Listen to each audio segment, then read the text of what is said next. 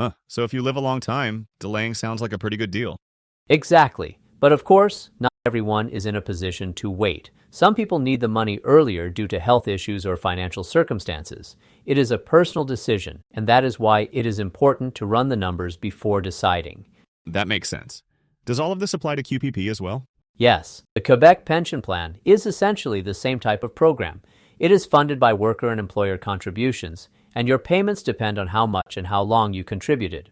There are a few minor differences between CPP and QPP. We will discuss them in a minute. For today's discussion, we will mainly refer to CPP just to keep things simple, but if you live in Quebec, you should know that these rules and concepts apply to QPP. Got it. So now that we understand how CPP works, what should people be thinking about before they decide when to take it?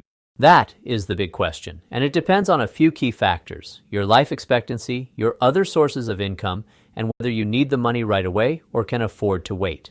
Right, so let's say we have two different people trying to decide when to take CPP. One person is in great health, comes from a family where people tend to live into their 90s, and they have a solid RRSP and some rental income. The other person, let's say, has some health issues, doesn't expect to live as long, and doesn't have much in savings outside of CPP and OAS. For the first person, it sounds like delaying CPP to 70 might make a lot of sense, since they could end up collecting a much larger amount over a longer period.